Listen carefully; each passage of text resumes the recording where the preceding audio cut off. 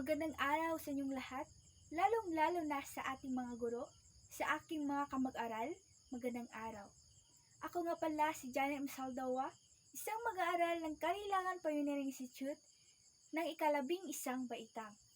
Ngayon, tatalakayin ko ang pagpapahalaga ng wika. Ang ating wika ay nagsisimbolo ng ating pagkakakailanlan at sumasigisag sa ating kultura, tradisyon bilang Pilipino at mamamayan ng ating bansa. Ngunit, paminsan ba ay pinapahalagahan natin ang ating sariling wika? Kung nooy kada bigkas ng ating mga ninunong Pilipino sa ating wika ay ni isang wikang banyaga ay walang nakahalo. At ito ay puro nakasaad sa wikang Filipino. Ngunit ngayon, hindi na dahil minsan mas binibigyan pa natin ng halaga ang hindi natin sariling wika. Halimbawa sa henerasyon natin ngayon, kung paano sila makikipag-usap. Guys, punta tayo sa park at tutugon naman ang isa. Sige ba, game ako dyan. Sa mga usaping iyon ay nakikita natin na unti-unting nahaluan ng ating sariling wika sa wikang banyaga. Nasaan na ba ang sinasabi natin na pagyamanin natin ang ating sariling wika? Kung sa simpleng usapan ay hindi pa natin magagawang gamitin ng gusto ang ating sariling wikang Pilipino.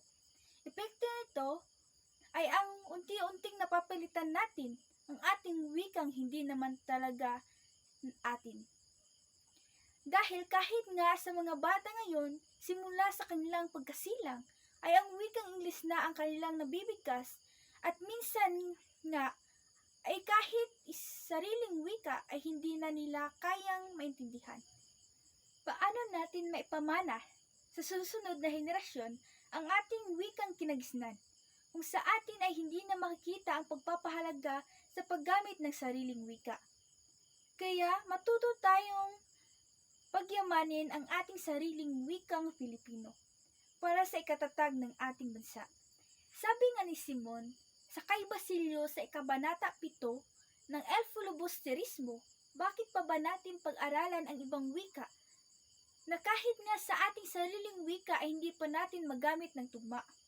At minsan pa nga ay tayo hindi nagkakaintindihan.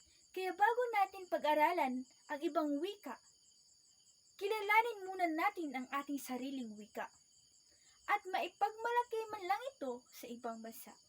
Ako nga pala si Janet M. Saldawa, isang mag-aaral ng Kalilangan Pioneering Institute.